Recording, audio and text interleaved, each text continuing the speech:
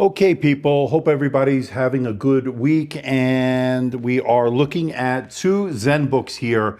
One we looked at quarter 4 of last year. This is the Zenbook S14 running the brand new Lunar Lake processor. This is the Scandinavian white. This lid is covered in ceraluminum. That's a combination between ceramic and aluminum. It gives you more durability and it also maintains lightness. This comes in at about 1.1, 1.2 kilograms, somewhere between there, closer to 1.1 kilograms, I think, and pretty light, right? So then we took a look at this one. This is the Zenbook A14, and this, of course, has a full ceraluminum cover here, or the whole laptop is ceraluminum. And this one is called the Iceland Gray as far as the color. They also have a Zabriskie Beige. We looked at a prototype unit back at CES a couple of weeks ago, whatever it was, 3 weeks ago. So what we have here is the A14, and this A14 is a really interesting one because it's the first one running that I'm testing, the brand new Qualcomm Snapdragon X processor. It's the X26100 or the X1 So it's on the budget side of things, although this comes in at $1,100 for this particular model. This has a full HD plus OLED display, 60 hertz. This one is 3K, 120 hertz, but this one has a nice display, phenomenal battery life. In fact, you're going to get 20 hours of video playback. That's what I was able to get on this.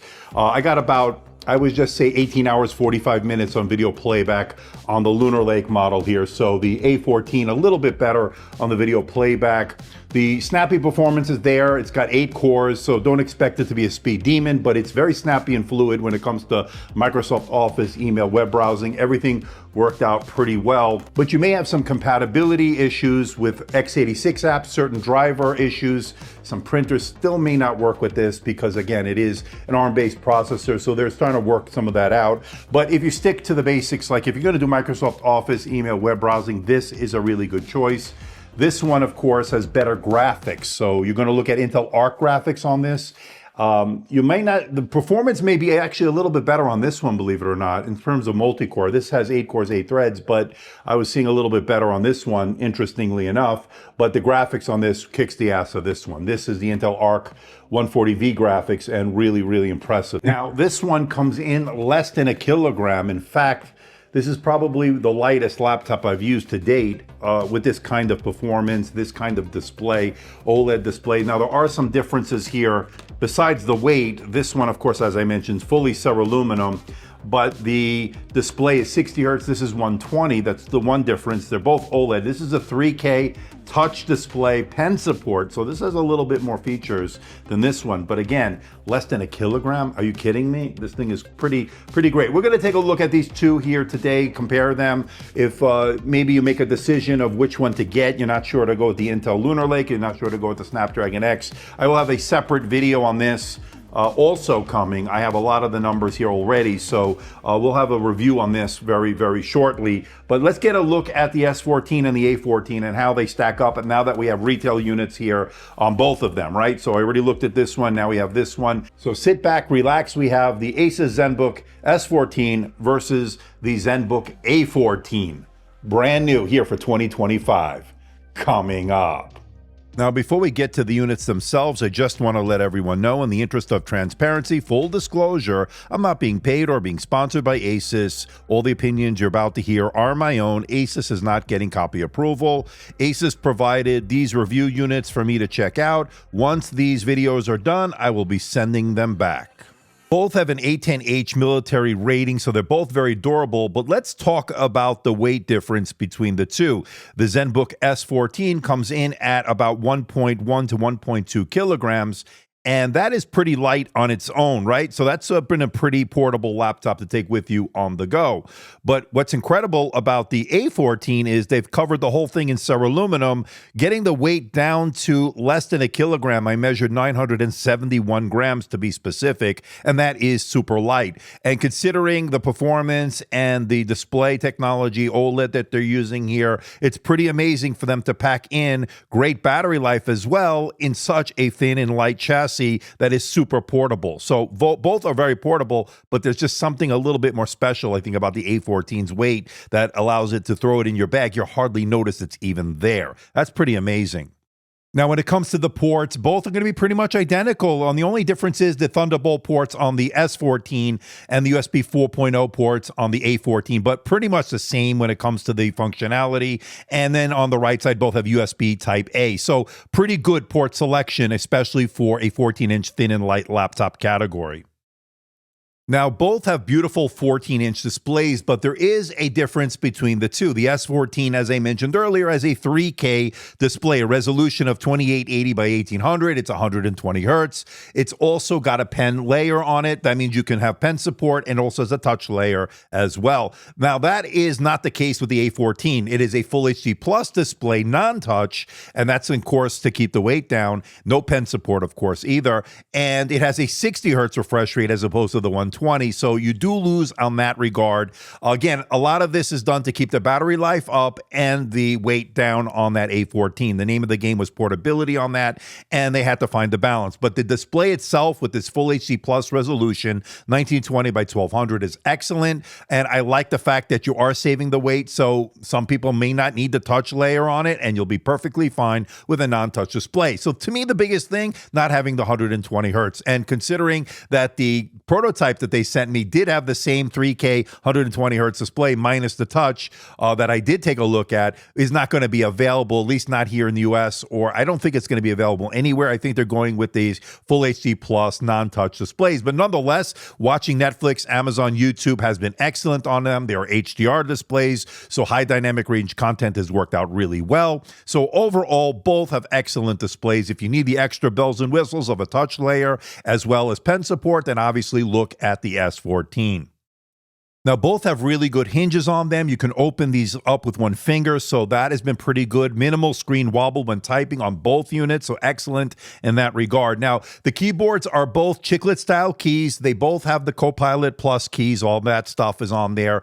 And the tactility, the feedback are really good. You're also looking at 1.3 millimeters of key travel on both. But there is a slight difference between the materials used here. Obviously, the A14 is covered entirely in ceruleum, and I found that the keys can be a little bit more slippery, if that's possible, because of that material used, where you get a little bit more grip on the S14, right? So it doesn't have that ceruleum, a little bit more gritty in that regard, and a little bit more tactility and feedback, I think, and a little bit better typing experience. Although the A14's typing experience was very good, I have no complaint. Again, I understand the use of the ceruleum here to keep the weight down, to get it as portable as possible, but I do like the S14's keyboard slightly better in terms of that tactility. So that's just me, but of course, it's purely subjective. Let me know what you think in the comment section below. If anyone you have any of these, let me know. I know the A14 is still rolling out, but I know a lot of you have the S14. So we'll see as time goes on how that all plays out. Now, the touchpads on both are non-haptic, so don't expect to get haptic touchpads, but they're both responsive when it comes to scrolling, doing all the gestures. They both have gesture control for the volume and the brightness and scrubbing through a timeline. They all have that, and they all work very well. Now, when it comes to performance, I saw very similar results when it comes to single and multi-core performance. When we took a look at the Geekbench 6 here, you'll notice that the S14 does have better single core, 2513 versus 2102. There's no doubt about it, but you are getting basically the same type of real-world performance when it comes to multi-core performance here. Again, a little bit better numbers on the Geekbench, but we'll take a look at the Cinebench in a moment, where it's a little bit different. But I would say the overall performance is very similar. So doing everyday tasks like Microsoft Office, email, web browsing, consuming media, watching Netflix, Amazon, YouTube has been a very similar experience between the S14 and the A14. And when I ran the Cinebench 2024, a pretty interesting result here when it comes to multi-core. The A14 had a score of 705 versus 542 on the S14, and that's a little bit surprising. The X1 26100 from Qualcomm here, Snapdragon, of course, X is going to be better multi-core, it looks like, in some ways, although, again, these are synthetic benchmarks, but where you're going to get better single core is on that S14 with that Core Ultra 7 258V, 115 versus 100. But when, again, real world usage, you're not going to notice a difference between the two. I guarantee you that. But there's no doubt about it, the Intel Arc graphics, the 140V, destroys the Adreno graphics here from Qualcomm, and it's not even close, more than doubling, I think, the performance overall. And you won't have any of the compatibility issues when it comes to x86 apps, so playing games on the Lunar Lake of the S14 will be a better experience than on the A14, where some titles will be a little bit hit or miss or may not even run at all. So that is some of the early days here with Qualcomm on ARM. As hopefully time goes on, things will get better, and they have gotten a bit better, but again, there are still some compatibility issues, although Prism from Microsoft is doing a decent job here. It's just that it's not all the way there just yet. Now, both units have a nice sized battery for a 14-inch laptop. The S14 has a 75 watt-hour battery, and the A14 has a slightly smaller 70 watt-hour battery, but nonetheless, both are very efficient and both get great longevity when it comes to battery life. Now, I was able to run the video playback test on the PC Mark video playback test here, and as you can see, over 20 hours on the A14. On that same test, the S14 got 18 hours and 42 minutes, but I can confidently say both are excellent when it comes to battery life. In real world mixed usage, you're going to see very, very good battery life, all day battery life, in fact, and you won't get any of that battery anxiety, so you can leave your charger at home and still have enough juice at the end of the day, especially if you're even using it pretty hardcore like I do, and I had no issue getting through a full workday on either one of these units. Both have excellent battery life. Now, on the left is the A14. On the right is the S14. Let's give a sound test to see the difference between the two. Now, this is lighter, sub 1 kilogram. This is above a kilogram, of course, so like 1.1 or 1.2. So this one, of course, is going to come in lighter. But will that affect the sound? You let me know what you think in the comment section below. Now, they both do have spatial audio. They both have Dolby Atmos. So let's give them a listen.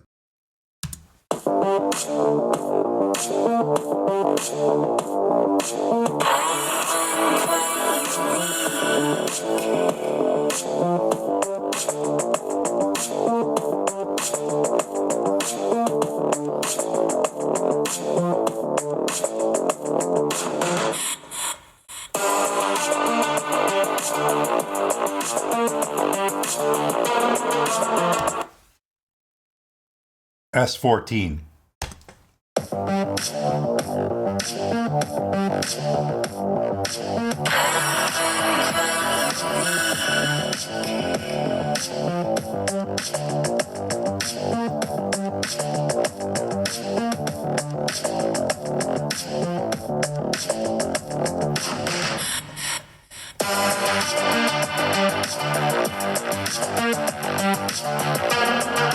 So this is the Asus Zenbook A14 running the brand new Snapdragon X processor, 1080p camera, IR. That means you can log in with face recognition with Windows Hello. It has all the studio effects. Remember, this does have an NPU. It is a Copilot Plus PC, background blur, auto framing, all that. What do you think about the video quality, and what do you think about the audio quality? Let me know in the comments section below. And this is the camera on the Zenbook S14, 1080p IR camera, like the A14 as well.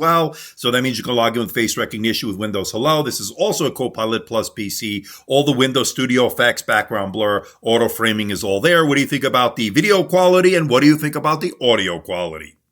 Okay, let's talk about pricing, and you can go over to the Asus eStore. They have it on sale right now for $1099.99, or it's coming soon. It says notify me still, but that is coming any moment now, so stay tuned. And it's going to be the one we have here today in the Iceland Gray, 32 gigabytes of memory that's obviously soldered in because it has the very fast 8533 mega transfers per second. It also has a terabyte of upgradable storage. So at $1099, I was hoping it would come in a little bit less, but I think we can justify the price. And stay tuned. There could be a lot of sales. Now, I was told by Asus that there's going to be a sub 1000 version coming out in mid-March at Best Buy. That's going to come in at $899. It's going to come in that Zabriskie beige, and it will be available, again, sub $1,899. Once that is available, I'll leave a link in the description below, and that's more in line with what we want to expect with the Snapdragon X processor in terms of price to performance ratio. But of course, the S14 that we also also looked at here